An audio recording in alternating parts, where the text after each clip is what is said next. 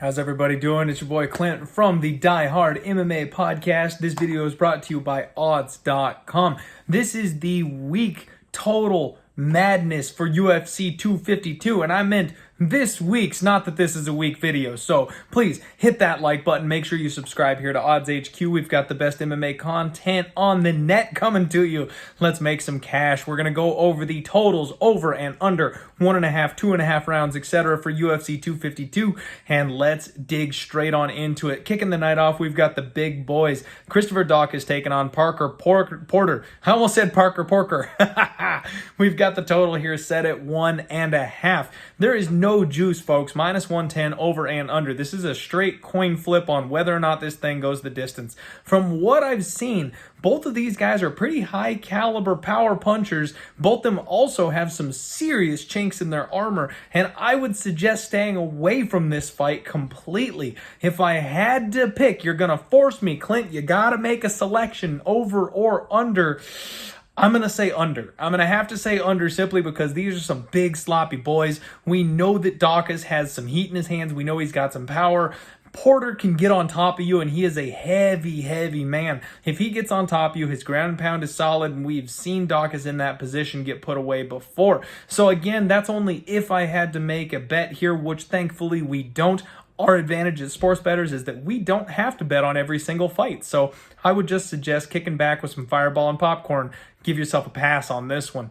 We've got Danny Chavez taking on TJ Brown. The total set at 2.5, over and under is juiced -120 to the over 2.5, plus 100 coming back on the under. And on this one, I would be very tempted to take that under. So Danny Chavez, he's a super power striker. I mean, this guy hits hard and he is slick on the feet. We're in the small cage. We've got to remember that's going to favor the grapplers. That's all TJ Brown does. And TJ Brown has been well known to make mistakes, but he does have a high-powered offensive submission type of game. Both these guys are capable of finishing. Both these guys are going to be looking to keep it in their world. If TJ can get Chavez down, he's going to be a fish out of water. And on the flip side, if TJ is forced to stand with Chavez, I think he's at a severe disadvantage, and we've seen him get hurt before. So I think under 2.5 at plus 100 is not a bad look for the second fight of the night. Felice Herrick taking on Verna Jandaroba. Total set at 2.5 again. With a women's fight, we always expect it to be juiced to the over. We've got -245 to the over, and we've got plus 205 on the under. There's only one side of this coin that I can see finishing this fight, and that would be Verna. She's a high-level Brazilian Jiu-Jitsu practitioner. I think she's a black belt. And Felice Herrick, she's got some solid wrestling. She's pretty stable defensively speaking when it comes to the grappling, and I think she's maybe a live dog here if she's coming in shape, if that ACL is good to go. But because of that, I think she's going to be able to grind out a decision. She might give up some sweeps, she might give up some positions, and that gives you that opportunity for the finish. Verna cashing by submission might not be a bad way to poke it, but I can't play the under 2.5 because I don't see Felice submitting Verna. I don't see Felice having the power on the feet to knock out Verna. I don't even see Felice having the TKO option here. She's going to grind out a 15-minute decision, if anything, but if Verna gets her back, she might be in trouble. So this one I don't think is safe either way you want to play it. Danielle Pineda taking on Herbert Burns. We got the total set at 1.5, juiced -135 to the under 1.5, and I completely agree with that. Both these guys are high-level submission athletes, and because of that, I think we're going to see this thing hit the mat. Pineda's been submitted, I believe, 6 times in his career, and Gilbert Burns is a high-level black belt submission specialist. I expect him to be able to take advantage of that weakness, and even if this thing contends on the feet, Burns has got some serious power. We've seen his offensive abilities in his last couple of fights. So don't count out a flying knee or something like that connecting and getting this thing to the mat in a hurry. I think under 1.5 is pretty much the only way to look on that particular fight. Ashley Yoder taking on Livia Hanata Souza. This one over juiced as always, 2.5, -335. They expect this one to go the full distance. Under 2.5 is plus 275. And even though I always talk about I have to have both people actually contributing to the under for me to be able to pull that trigger, I'm a little interested in this under. This Souza, She's a beast. She's mean. She's a monster. She's got solid grappling. She's got an offensive submission game. She's always looking for the finish. And then she goes to the ground and pound. A lot of times we see these people that hunt for submissions. They never look to use elbows. They never look to use punches. They don't go in there looking for that ground and pound finish. She does. So if she is able to get Yoder to the mat, I wouldn't be surprised whatsoever if she just mauls her and has to get pulled off by the referee. Now, I don't think that under 2.5 is the way to go. I think that taking Souza inside the distance, you're going to get a much better line there, and you're going to get that extra 2.5 minutes at the end of the third round just in case if you do want to take that shot on it. So even though I'm tempted, I don't think we're getting the best spot here for the under 2.5 because I just don't see any way that Ashley Yoder finishes this fight. So this is another stay off from a totals perspective, in my opinion. Jim Miller taking on Vince from hell, Piscell. We've got a 2.5 total again. We've got minus 130 to the over and plus 110 to the under. I'm tempted to look at the under on this one. So Jim Miller, at this point in his career, we know he's pretty much sub or bust. He's a first-round machine. If he gets your arm or your neck in the first round of a fight, he's gonna put you away. And Piscell is a big, strong, mean fighter that he's going to have the advantage over Jim Miller, much like Scott Hot Sauce Holtzman did, except I think Vince Piscell has a little bit more urgency when he attacks. Because of that, I think if Jim doesn't get this done in the first round, he's probably going to end up getting put away late in the third when he gasses out. We know he's got gas issues. He slows down in the second round in every fight, especially when he starts taking damage. And I think that Vince Piscell could get a finish via TKO ground and pound in round 3. So I think that under 2.5 at plus 110, not a bad look. I think that one's live. We're moving back up the scales. We got the big boys. Junior Dos Santos taking on Jairzinho Rozenstruik. We've got the total set at 1.5. The under is minus 115. The over is minus 105. And this is one that I spoke on the Die Hard MMA podcast with our special guest this week, Matt Holt. He actually has a play on this total. Make sure you go check that video out. We broke out the entire card with Matt Holt. He had a lot of good, solid information and opinions. So click that down here on YouTube to go check that out yourself.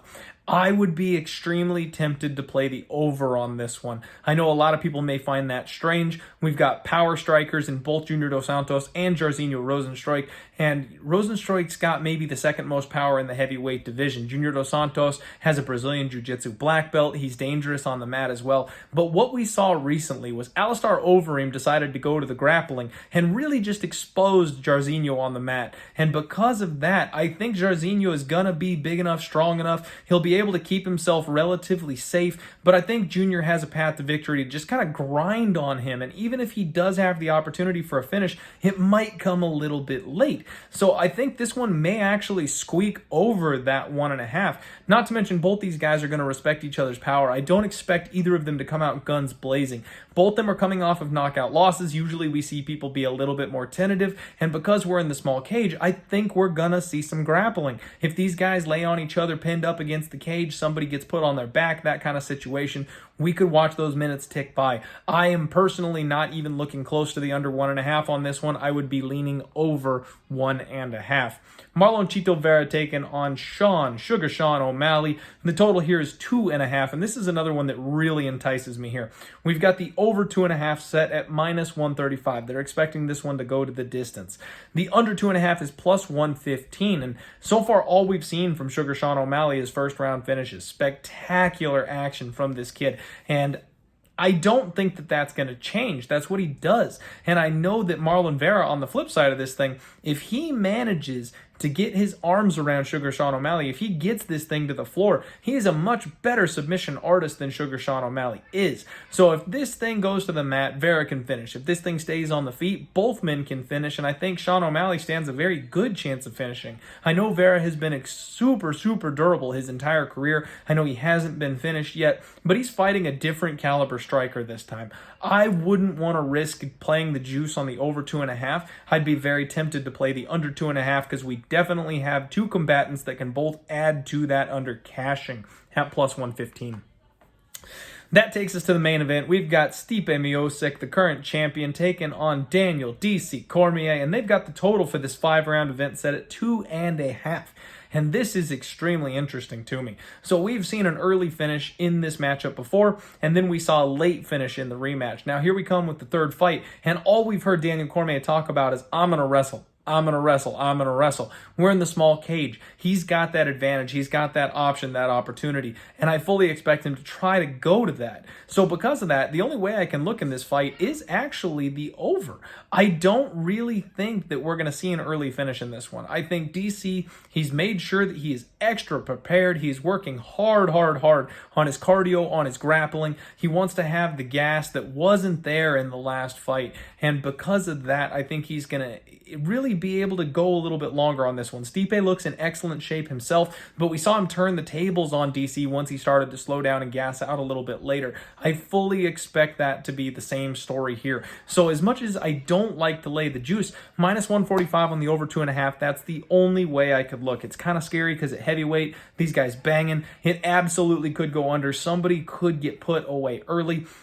We've seen history tell us that doesn't happen with these two fighters. So I'm expecting this thing to get into the championship rounds. I think it finishes in the 4th or the 5th. That's my look. That's total madness, folks. This is a bit of a short card. We lost Ion Cutelaba taking on I'm blanking on the Russian. Sorry about that. But we lost the fight on this one, unfortunately. So things are getting shuffled around a little bit. We got a bit of a smaller card here.